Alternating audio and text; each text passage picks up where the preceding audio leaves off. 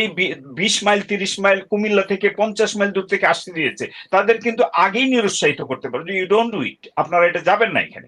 আচ্ছা, আরেকটা বিষয় এখানে আমি বলতে চাচ্ছি, এই যে ক্যানালাইজ করে এনে, এটাকে আর্মি ল্যাঙ্গুয়েজে বলা হয় ক্যানালাইজ করা, এনে একটা এলিউরিং গ্রাউন্ডে এনে কিলিং জোনে এনে মারা, এর চেয়ে বড় অপরাধ আর কিছু নাই। পুলিশ মানে নৃত্য করেছে ল্যাংটা হয়ে, এই যে জন্ম জন্ম যে বলে কি তোমার ড্রেস কি ছিল, যে জন্মের সময় আমি ল্যাংটা ছিলাম, ওরা ল্যাংটা হয়ে, পুলিশ ল্যাংটা হয়ে দেখিয়েছে যে দেশটা কোথায়।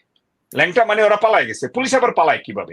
200 বছরের ইতিহাসে এটি নাই যে অস্ত্র নিয়ে 1 লক্ষ অস্ত্র নিয়ে 1 লক্ষ পুলিশ পলাতক। আর এই যে কমিশনার যেগুলো ছিল আদেশ দিত হত্যার, এই যে শেমলেস যে টপ র্যাঙ্কিং, এগুলারে হেলিকপ্টারে নিয়ে লন্ডন ঢাকা সেনানিবাসে রাখছে আমাদের জেনারেল ওয়াকারের নেতৃত্বে, পরে আবার ওখান থেকে হাওয়া হয়ে গেছে, যেখানে হাজারো মানুষকে রক্তাক্ত করা হয়েছে, যেখানে 15 বছর স্বৈর শাসন করা হয়েছে, সারা পৃথিবী থেকে দেশ যখন বিচ্ছিন্ন, এই শেমলেস মহিলাকে যখন সামিটে ডাকা হয় না, তখন আপনাদের এই গল্পটা কোথায় ছিল? সুতরাং এখন যে মানুষ উত্তেজিত, তাদেরকে নিয়ে আপনার এই সমান সূত্রে ফেলবেন না। হেফাজতের যে মুভমেন্টটা ছিল, সেটি ছিল ধর্মীয় বিশ্বাস থেকে তারা মাঠে নেমেছিল। যুগে যুগে ধর্ম বিশ্বাসী যারা, তারা যখন মাঠে নামে, তো পলিটিক্যাল মাস্টাররা এটাকে কালার করে তখন কনফ্লিক্টে নিয়ে যায়, একটা বিশাল কনফ্লিক্ট। এমনকি একটা ধর্ম আর একটা ধর্মের সাথে যুদ্ধও লাগায়। ফিলসফাররা বলেছে এ পর্যন্ত যে হাজারো বছরের যে সভ্যতা, সেখানে ধর্ম এবং ধর্মের মাঝে কোনো কনফ্লিক্ট কখনোই ছিল না। এগুলো সবগুলোই মোটামুটি শান্তির বাণী প্রচার করে, সেটি হিন্দু ধর্ম বা বৌদ্ধ ধর্ম, খ্রিস্টান ধর্ম, মুসলিম ধর্ম, এরা শান্তির কথা বলে মূলত। আর এটি একটা ফেইথ, এটা জন্মগতভাবে ফেইথ বেস। তো এই যে বিশ্বাসের স্থানে যখন তারা একটা রেভলিউশনারি মুভমেন্ট করে, তখন সেটাকে আবার পলিটিক্যাল মাস্টাররা কোনো না কোনো ভাবে কনফ্লিক্টে নিয়ে যায়। এটা প্রমাণিত সত্য। এটি আমাদেরও দাঙ্গা হয়েছে এই উপমহাদেশে। সুতরাং আমি মনে করি যে পলাশ সাহেবের বক্তব্য ছিল এখানে জ্ঞান ও গর্বের, অর্থাৎ উনি গ্রাসরুটের মানুষের যে অন্তরের কথা সেটি তুলে ধরেছেন। অর্থাৎ এখানে লক্ষ লক্ষ মানুষ আসছে, এরা বিশ্বাসী। আজকে আপনি এথিস্ট হন, আপনি বিশ্বাস করেন আর না করেন, আপনি যদি গ্রাম বাংলার মানুষের সামনে যে আপনি সুন্দরী হন বা হ্যান্ডসাম পুরুষ হন, যাই হন, আপনি যে যদি বলেন নবীজির বিরুদ্ধে, তাহলে সে নামাজ পড়ুক আর না পড়ুক, তার যে হালের লাঙ্গলটা আছে এটা দিয়ে আপনার মাথায় একটা দিবে, আপনি শেষ, ইউ আর গন। সিম্পল আমি বলছি, একটা দিবে। আপনি মহাসুন্দরী হন বা আপনি একজন হ্যান্ডসাম পুরুষ হন, যাই হন, আপনি মহাপরাক্রমশালী হন, আপনি মার্সিডিজ না দ্বারা থাকেন, আপনাকে একটা দিবে। বিকজ ওদের ফেইথের উপরে যখন আপনি আঘাত করবেন, তখন সে আর কিছু ভয় পায় না, তার কি ফাঁসি হবে না জেল হবে। সুতরাং আমরা কিন্তু ওই ফেইথটা নিয়ে খেলাধুলা করি, এবং শেখ হাসিনা জানতো এই ফেইথের উপরে কিভাবে আঘাত করা হয়। শেখ হাসিনা জানতো যে এদেরকে জঙ্গি বানানোর যে কার্ডটা সে খেলেছে বারবার। এই কার্ড খেলতে যে কিছু এইথিস্ট, কিছু এই যে উদার মনা মানুষ, এটা পুরুষ হোক আর মহিলা হোক, তাদেরকে নাচার কিছু সুযোগ দিয়েছে। কিন্তু বাস্তবিক অর্থে আমাদের 92% মানুষ ধর্মভীরু, এরা নামাজ পড়ুক আর না পড়ুক, এরা আল্লাহ ভীরু, এরা আমাদের পবিত্র কোরআনকে বিশ্বাস করে, আমাদের মৃত্যুকে বিশ্বাস করে। কোন সায়েন্টিস্ট আজ পর্যন্ত, স্টিফেন হকিং সহ কেউ বলতে পারে নাই যে মৃত্যুটা কিভাবে হয়, আত্মাটা কোন জানালা দিয়ে বের হয়ে যায়, এইগুলার কিন্তু রহস্য বাইর হয়নি। এটার কারণটা হলো এখানেই কিন্তু গুরু রহস্য, এখানেই স্রষ্টা আছেন। এই ব্যাপারে পবিত্র কোরআনের কিছু ডাইরেক্টিভস আছে যে আপনাকে বিশ্বাস করতে হবে, এবং এটা মুসলমানরা বিশ্বাস করে। আমি লন্ডনে থাকার সুবাদে আমি সবগুলো ধর্মের মানুষকে দেখতে পাই, আমি জিউসদের দেখতে পাই, এরাও দাঁড়িয়ে রাখে, আমার মুসলমানও দাঁড়িয়ে রাখে, সবাই দাঁড়িয়ে রাখে। আর ওই যার কাছেই যাই সে বলে সে বেহেশতে যাবে আর বাকিরা দোজখে যাবে। এই যে একটা ঘুরপাক খাচ্ছে ধর্মীয় আচার আচরণে, এইখানে কিন্তু ম্যাক্সিমাম লোক ফেইথ বেস, যার যার ফেইথে বিশ্বাস করে। এই জন্য লন্ডনে কিন্তু বলে না যে ওই নামাজের ঘর বা রোজার ঘর, ওরা বলে ফেইথ হাউস। একটা কর্পোরেট অফিসে ফেইথ হাউস বলে, ওখানে যে হিন্দু, বৌদ্ধ, খ্রিস্টান সবগুলো একসাথে উপাসনা করে। ওই খ্রিস্টান তার বই পড়ে, মুসলমান তার পবিত্র কোরআন পড়ে, বাইবেল পড়ে। অর্থাৎ আমার বক্তব্য হলো যে ফেইথ জিনিসটুকু আসে বেসিক্যালি ফান্ডামেন্টালি পরিবার থেকে বা ধর্মীয় আচার আচরণ থেকে। এইখানে ধর্মীয় আচার আচরণের একটা বিশাল যে কোম বা যে গোষ্ঠী, এরা হলো মাদ্রাসা। তারা আসছে এখানে, সরল মনে আসছে, আর শেখ হাসিনা তার কার্ডটা খেলে বসছে। আর এখানে কিছু পণ্ডিত, কিছু মহাজ্ঞানী, কিছু এই যে মানবাধিকার কর্মী, তারা এখানে তেল ঢালে সবসময়। এই যে হত্যাকাণ্ড করলো, এখানে কিন্তু প্রশ্ন নাই। মানুষকে হত্যা করেছে, সবচেয়ে বড় অপরাধ, সেটা নিয়ে কিন্তু প্রশ্ন নাই। এই যে ডক্টর স্নিগ্ধা কিছু কিছু কথা বলেছেন যেগুলো কিন্তু ডুবিয়াস। ওকে, উনি কেন আসলো, ওনারা করলো, এটা না। এখানে আপনাকে বলতে হবে যে কারো 16% অপরাধ, কারো 1% অপরাধ, এটা স্পষ্ট করতে হবে। প্রথম কথা হলো ওরা আসছে বিশ্বাসে, তাদের আস্থা নিয়ে, আর তাদেরকে হত্যা করাটা হলো মিলিয়নস টাইম বেশি অপরাধ। তারা আসছে, আপনি কন্ট্রোল করতে পারছেন, যেটা পলাশ সাহেব বলেছে যে আপনি 10 দিন যাবত এখানে নাচতে দিচ্ছেন এদেরকে, ওই যে ওইটার কি বলে, শাহবাগীদেরকে। শাহবাগীরা নাচছে, গাইছে, চান্দাবাজি করছে, এখানে দ্বিতীয় মুক্তিযুদ্ধ ডিক্লেয়ার করছে প্রধানমন্ত্রী। তারপরে এরা যখন আসলো, এক রাতে আপনি বাতি নিবিয়ে ওই মাফিয়া আজিজ আর মাফিয়া চোর, এটার নাম কি, ওই যে ইয়ে ছিল, ওই যে আইজি, ওটার নাম কি, বেনজির। নাম যে আবার বেনজির হয়, এটাও আমার কাছে এখন মানে হাস্যকর লাগে। বেনজির আবার নাম হয় কিভাবে? এনিওয়ে, এই বেনজির, হ্যাঁ, সো বেনজির চোরের রাজা আর মাফিয়া রাজা সেনা প্রধান হয়েছে, ওরা দুজন মিলে জাতিটারে ধ্বংস করে দিচ্ছে। সুতরাং এইটি ছিল মানবাধিকার লঙ্ঘন, এটি ছিল জেনোসাইড। এখানে ডক্টর স্নিগ্ধা যদি বলতো যে শত শত হত্যা করেছে, আমি খুশি হইতাম। উনি বলছে 4-5 জন।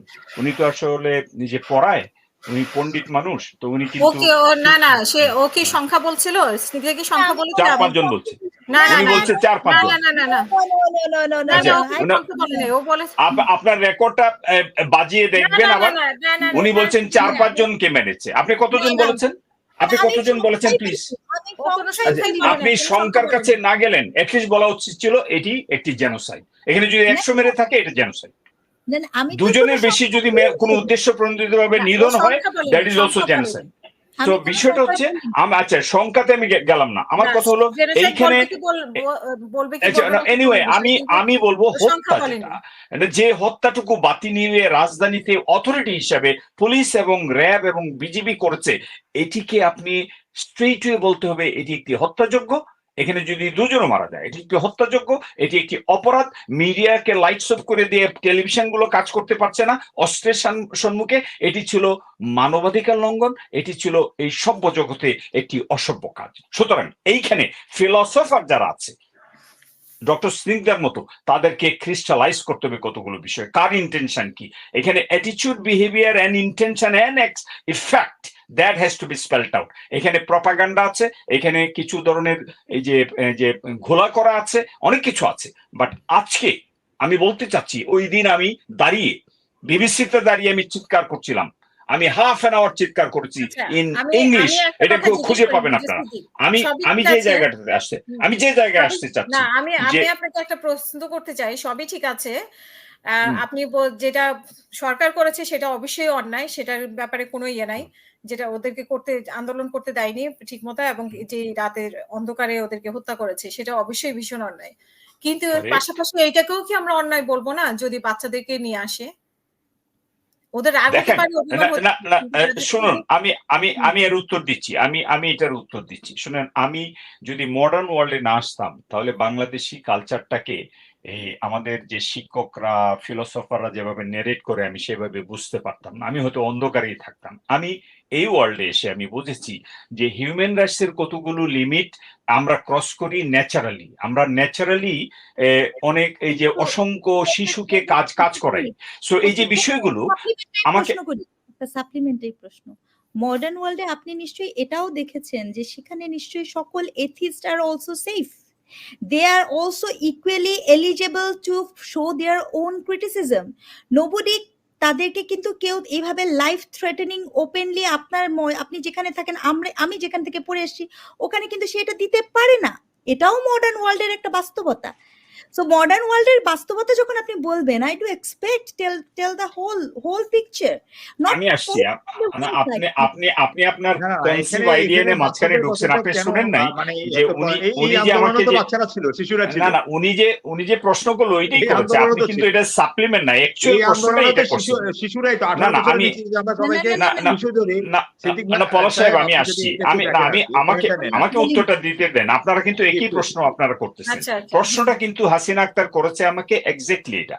আমার কথা হলো যে আমরা ন্যাচারালি আমাদের বাংলাদেশের সীমাবদ্ধতা গুলো হলো আমাদের শিক্ষার সীমাবদ্ধতা, আমাদের বাস্তবতা সীমাবদ্ধতা, এটা কিন্তু পার্ট অফ কালচারের সীমাবদ্ধতা। এখন এই সীমাবদ্ধতার মধ্যে যখন একটা সরকার কতগুলো উৎসাহ দেয়, যেমন পলাশ সাহেব বলছিল যে তাদেরকে আসতে দিয়েছে, এই 20 মাইল 30 মাইল কুমিল্লা থেকে 50 মাইল দূর থেকে আসতে দিয়েছে, তাদের কিন্তু আগেই নিরুৎসাহিত করতে পারে যে ইউ ডোন্ট ডু ইট, আপনারা এটা যাবেন না এখানে। আচ্ছা আরেকটা বিষয় এখানে আমি বলতে চাচ্ছি, এই যে ক্যানালাইজ করে এনে, এটাকে আর্মি ল্যাঙ্গুয়েজে বলা হয় ক্যানালাইজ করা, এনে একটা এলিউরিং গ্রাউন্ডে এনে কিলিং জোনে এনে মারা, এর চেয়ে বড় অপরাধ আর কিছু নাই। বাকি তখন আপনার শিক্ষা সংস্কৃতি সভ্যতা সবকিছু লোপ পায়। আমরা শিক্ষা সংস্কৃতি সভ্যতার সবকিছুর যে মারাত্মক যে ডেঞ্জার জোন, সেটা হলো কিলিং, রাত্রে হত্যা করে পরের দিন বলা আমরা কিছু করি নাই। এই বিষয়গুলোতে আমরা ডুবে যাচ্ছি এবং ফলে এফেক্টটা হয়েছে যেটা, যে জাতি কিন্তু পিছিয়ে গেছে 50 বছর। ডক্টর স্নিগ্ধা যেটা বলতে চাচ্ছেন যে আজকে আমি বললে আমার 15 বছর ফিরে পাবো না, আমি যে এখানে 15 বছর আছি বা 16 বছর আছি, আমি 16 ইয়ার্স আমি ফিরে পাবো না। আমাকে যে জেলে নেওয়া হয়েছে, এটা ডক্টর স্নিগ্ধার এই ফিলসফিতে ফেরত দিতে পারবে না। আমি যদি মারা যেতাম, আমাকে যে টর্চার করছে, এটা আপনি ফেরত দিতে পারবেন না। সুতরাং আমি হারে হারে বুঝি এদের ইন্টেনশন, এদের এফেক্ট, এদের কার্যক্রম জাতিকে অনেক দূরে সরিয়ে নিয়ে গেছে, অর্থাৎ পিছনে আমরা হাজার হাজার মাইল দূরে চলে গেছি। সুতরাং এখন আমি ফিলসফি যেটা বলতে চাচ্ছি, আমাদের অনেক সীমাবদ্ধতা আছে। আমি শ্রদ্ধা রেখে বলছি, হুজুরের সীমাবদ্ধতা আছে, হিন্দুদের সীমাবদ্ধতা আছে, আমাদের মুসলমানের সীমাবদ্ধতা আছে, আমাদের কৃষকের সীমাবদ্ধতা, এমনকি আমাদের শিক্ষকদের সীমাবদ্ধতা আছে।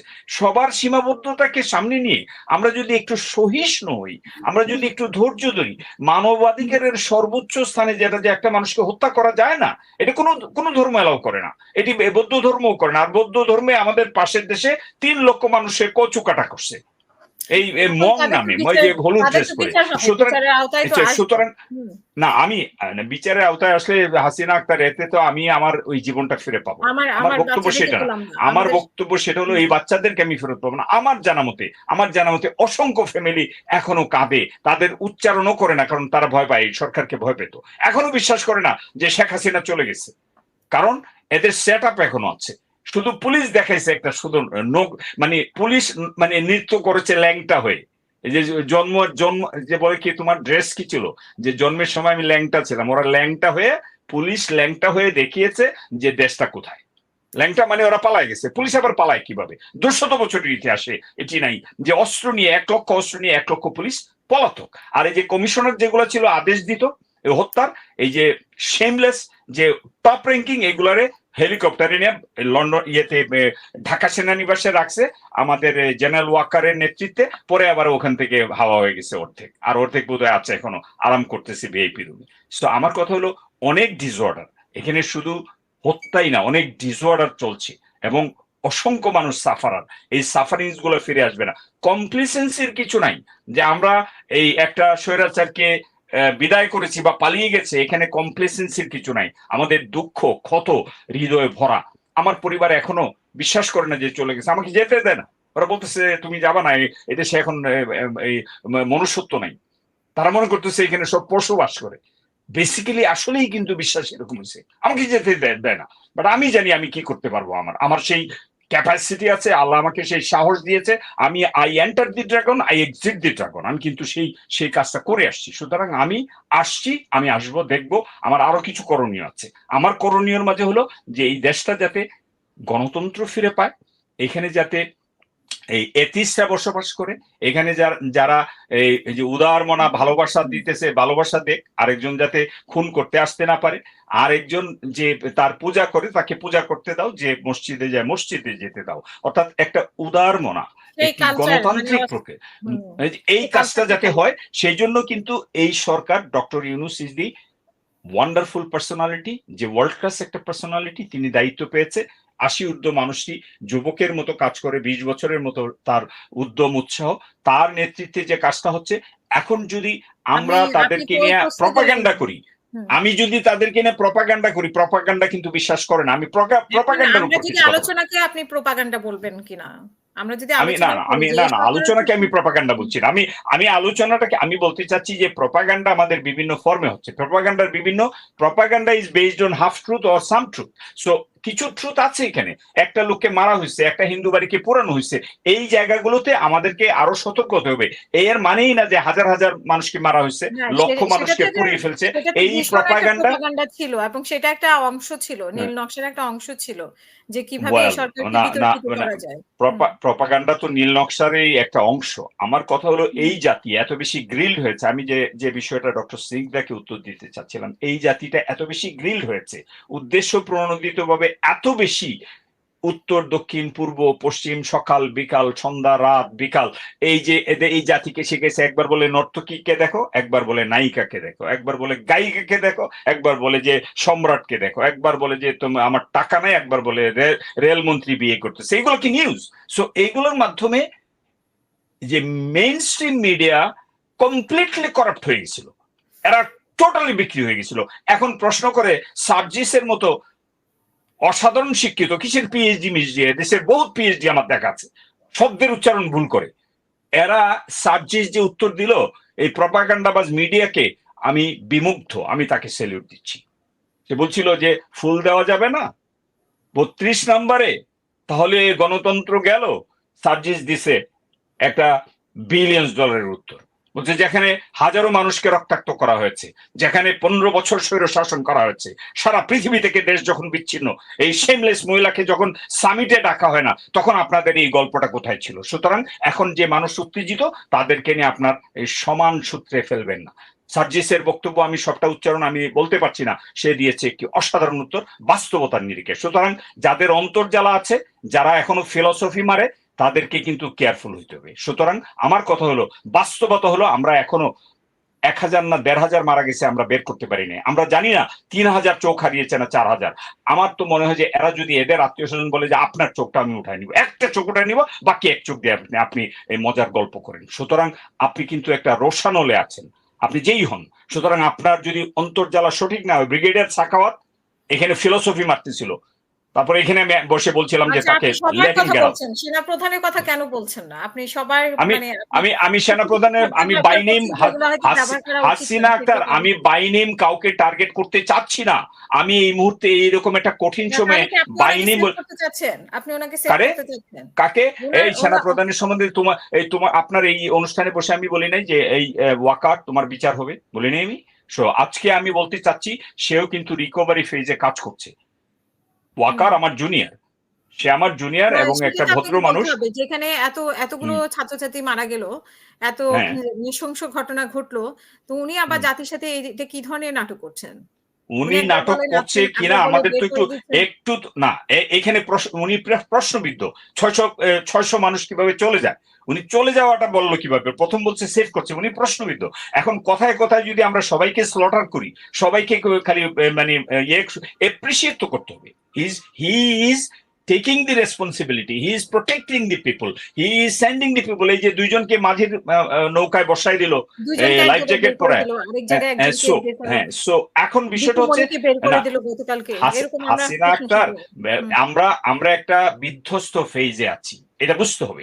এইখানে সবাই যদি এখন শুধু বলি যে ওরে ধরো, ওরে মারো, ওরে কাটো, ওর চোখ উপড়ায় দাও, তাহলে তো হবে না, দেশটা তো থাকবে না। এখন সিচুয়েশনকে এপ্রিসিয়েট করে, হ্যাঁ এই সিচুয়েশনকে এপ্রিসিয়েট করে যারা রেসপন্সিবল আছে তাদের প্রতি একটু শ্রদ্ধা দেখাতে হবে। আমি জেনারেল ওয়াকার যে মহা পুণ্য কাজ করে ফেলছে এটা আমি বলি নাই, বাট যখন সে গুলি করে মারছিল আর্মির সামনে যখন বলি তখন আমি বলছিলাম যে জেনারেল ওয়াকার আপনার কিন্তু বিচার হবে। এখন আমি বলছি welcome, you have done well done. 5 তারিখে ইট ওয়াজ ব্লাডশেড আরো হতো, সেখান থেকে আপনি রক্ষা করেছেন। বাকি সময়টুকু প্রত্যেকের প্রতি শ্রদ্ধা দেখাতে হবে।